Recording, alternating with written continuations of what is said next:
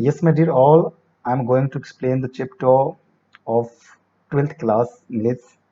Chapter name is Poets and Pancakes, written by Ashoka Mitra.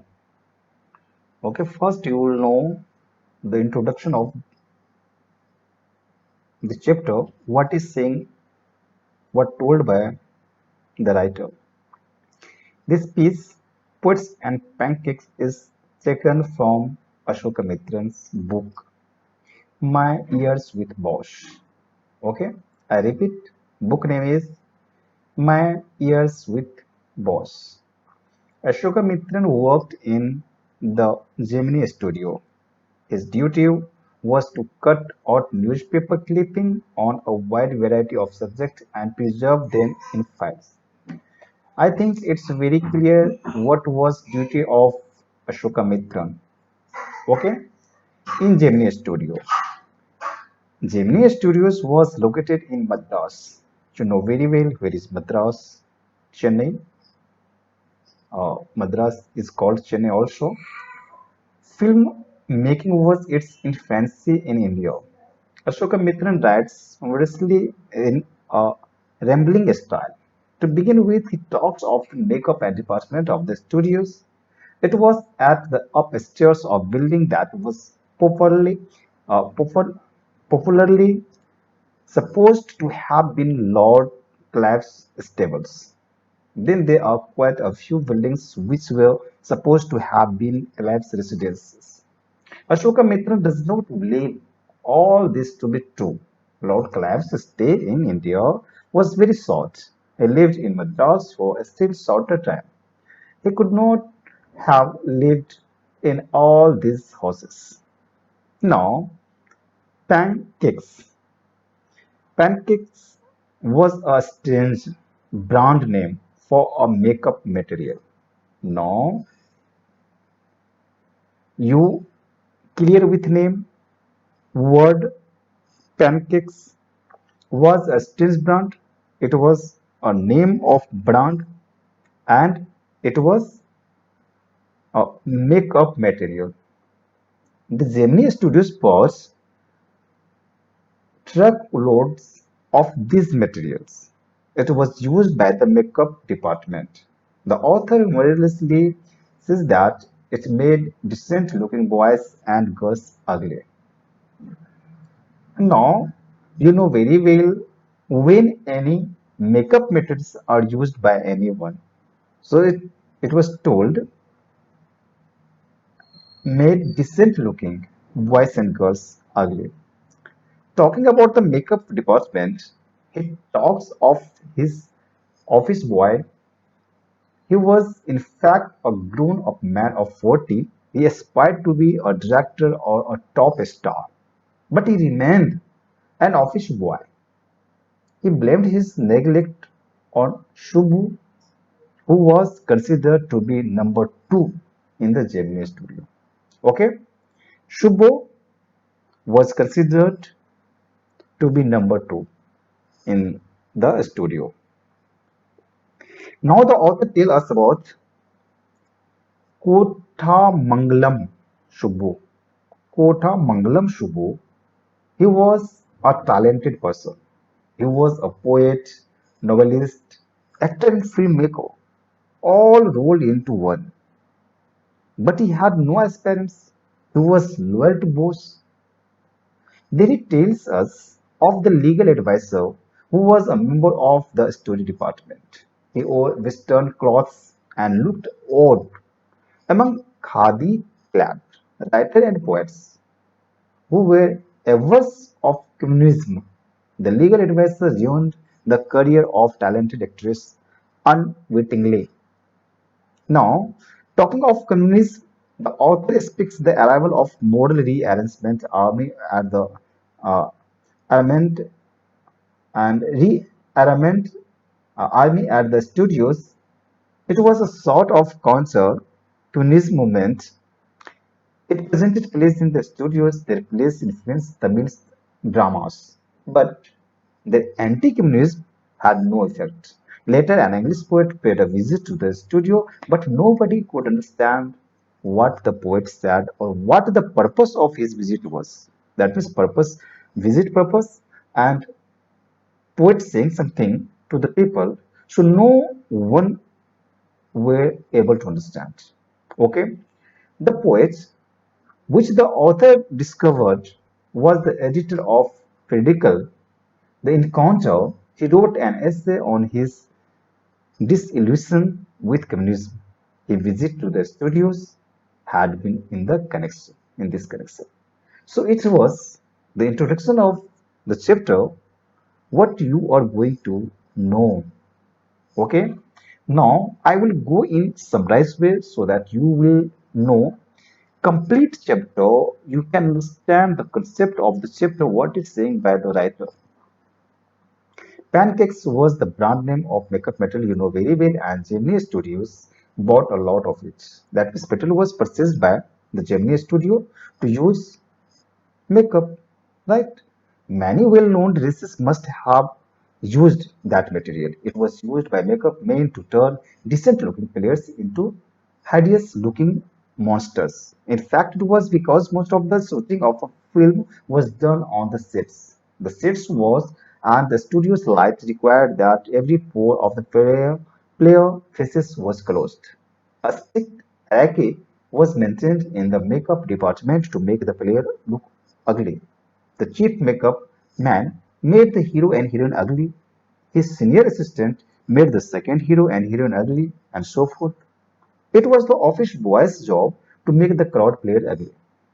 Okay, that means ये लोग makeup के through face को फेसअप करके face का मेकअप करके उसे चेंज किया करते थे, बदल दिया करते थे, and it was the work of also office boy now and other who were involved in this.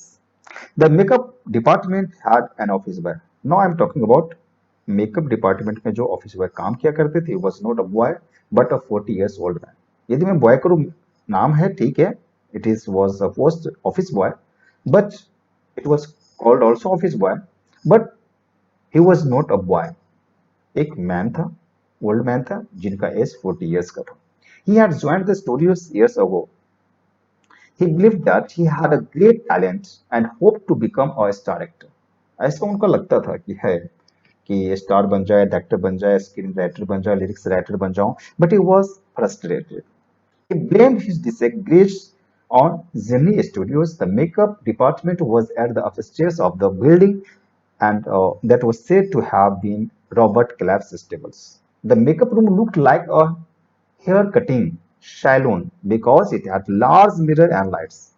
Makeup room में क्लियर कट देखने के लिए, उनके सामने देखने के लिए मिरर भी लगाए जाते हैं, लाइट्स भी ज्यादा लगाए जाते हैं, सो दैट मेकअप जब भी किया जाए तो बहुत ही सुंदर दिखे और सही सही दिखे कि मेकअप सही हुआ है या नहीं. You know very well. And वो जो मेकअप रूम था वो बिल्कुल ऐसा दिखता था जिस तरह कुछ सैलून हो, हेयर कटिंग सैलून हो. The light gave out intense heat. The person who underwent makeup had a miserable experience of being uh, scorched, scorched like that of being in a hell. ऐसा लगता था कि कहीं ना कहीं इस रूम में एंट्री करने के बाद पूरी प्रक्रिया जो है इसी रूम में हो जाएगी. That means it was thinking by कि वो रूम जो है वो बिल्कुल नरक है, ऐसा उनको लगता था क्योंकि उसमें जाने के बाद लाइट एंड चारों तरफ से ज्यादा से ज्यादा ग्लास लगी थी, मिरर्स लगे थे, right. Now I'm continuing. Now, the makeup department presented a picture of national integration long before AIT began broadcasting programs on national integration. In the beginning, the department was headed by a Bengali, who was succeeded by a Maharashtrian, who was assisted by people from all parts of India. The nature of author's job appeared to be insignificant. He was usually seen tearing newspaper. Everybody would walk into his cubicle and want to give him some work to do. The office boy would come in to recite his poems. Office boy would come in to recite his poem. अपने poem को याद करने के लिए, दोहराने के लिए, रियाज करने के लिए, प्रैक्टिस करने के लिए ऑफिस बॉय आते भी थे.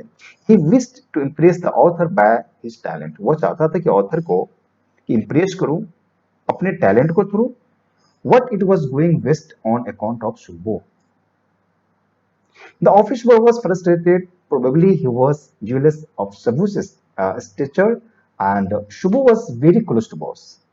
Shubho जो था वो बॉस के बहुत ही क्लोज था, लेकिन वो पर्सन ऑफिस बॉय जो था, जो फुल जो मैन था, वो चाहता था कि मैं बॉस से किसी तरह उनको घुला मिला लूं, उन्हें क्लियरली बताऊं, उनको प्रेस करूं, सो दैट कि उनको बहुत अच्छे जगह मिल जाए. When boss had any difficulty to presenting a scene in a film, Shubhu would suggest a number of practical ideas. Shubhu उनको बहुत आइडिया दिया करते थे, लेकिन वो ऑफिस बॉय को अपने आप को ऐसा लगता था कि उनके पास ज्यादा आइडिया है, वो ज्यादा समझता है, उससे ज्यादा जानकारी है. Shubhu was good poet too. Shubhu poet भी था. वो जो स्टेटमेंट बनाता था, वो जो कोई आइडिया देता था वर्ड का या तो जो कुछ भी, वो प्रैक्टिकली आइडिया बॉस को अच्छा लग जाता था. He could write poems in higher order, but he deliberately suppressed his talent to write for the masses. He was a novelist too. He had written a novel in which he recreated the mood and manner of Devad, Devadasis of early 20th century. He had created life-like characters too. Now, next, he was an excellent actor, but he never aspired for lead roles. But whatever minor roles he played, he acted better than the main players. जब कभी वो role करता था बिल्कुल बहुत अच्छा करता था. शुभो loved all. वो सबको चाहता था शुभो, क्योंकि उनकी जो नेचर थी, उनका जो वे था, वो बिल्कुल अलग था. पोइट्री जानता था बहुत अच्छी तरह से. Several friends and relatives stayed with him for long periods, but Shubhu did not care. He never gave a thought to the money he spent to support them. But the office boy hated him.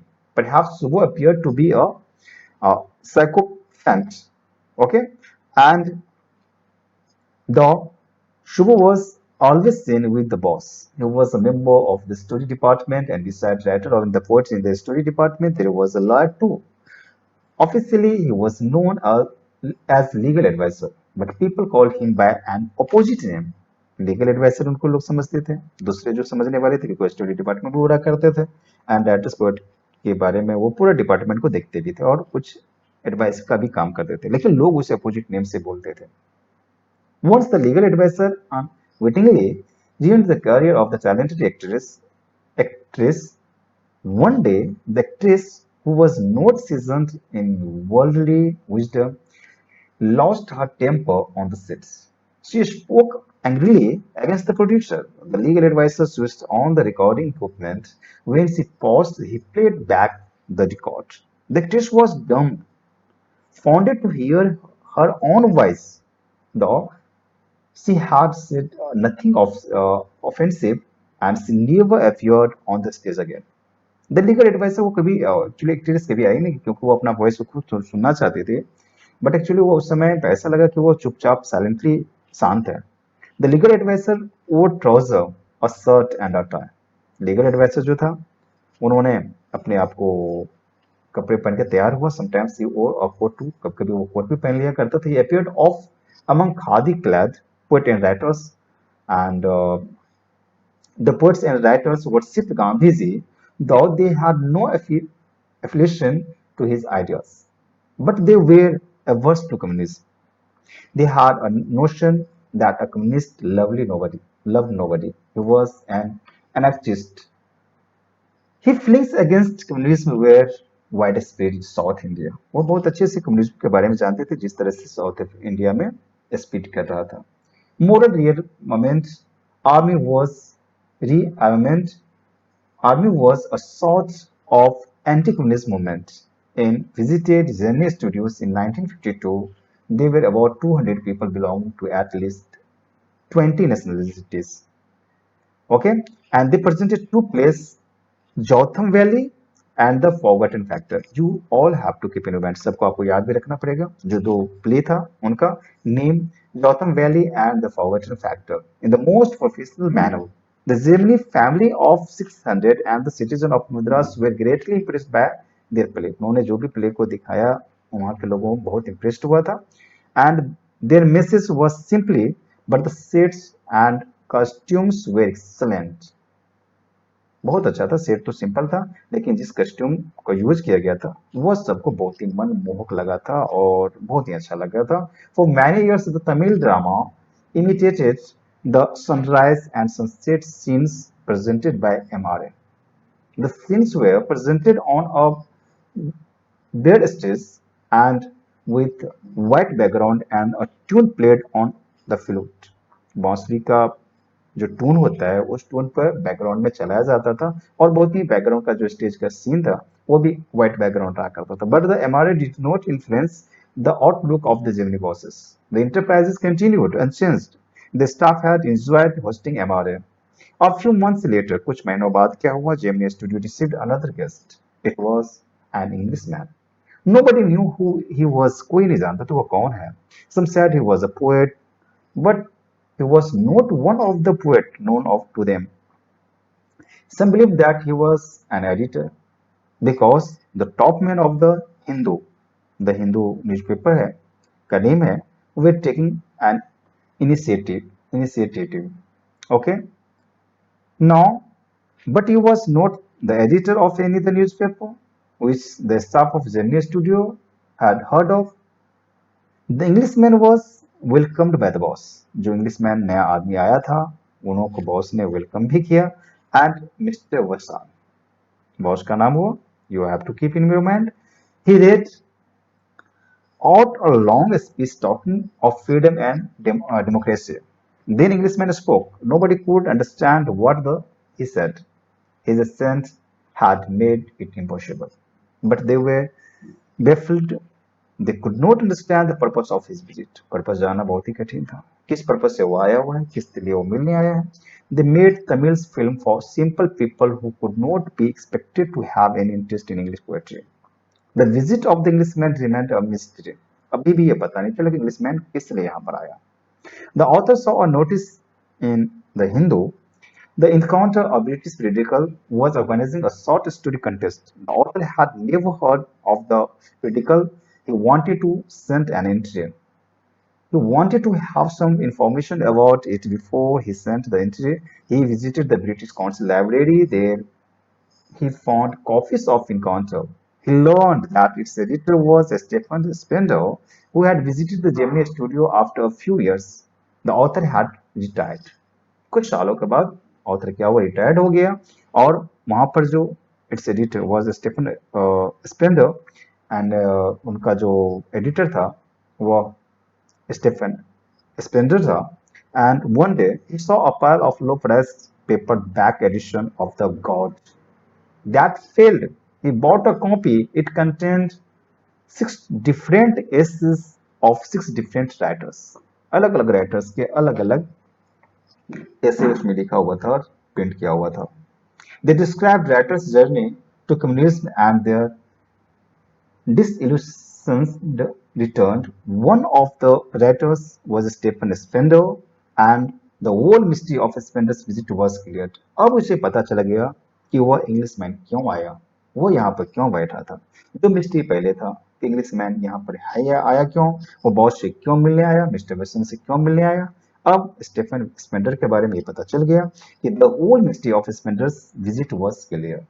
Mister Wesson was not interested in his poetry but was interested on his views on communism. इनको boss को Mister Wesson को ये तो पूरे पता चल गया कि वो किस व्यू से आया था, किस पर्पज से आया था। उनको इतना इंटरेस्ट नहीं था पोएट्री में बट उनका जो व्यू था वो था कम्युनिज्म को लेकर के। Thank you.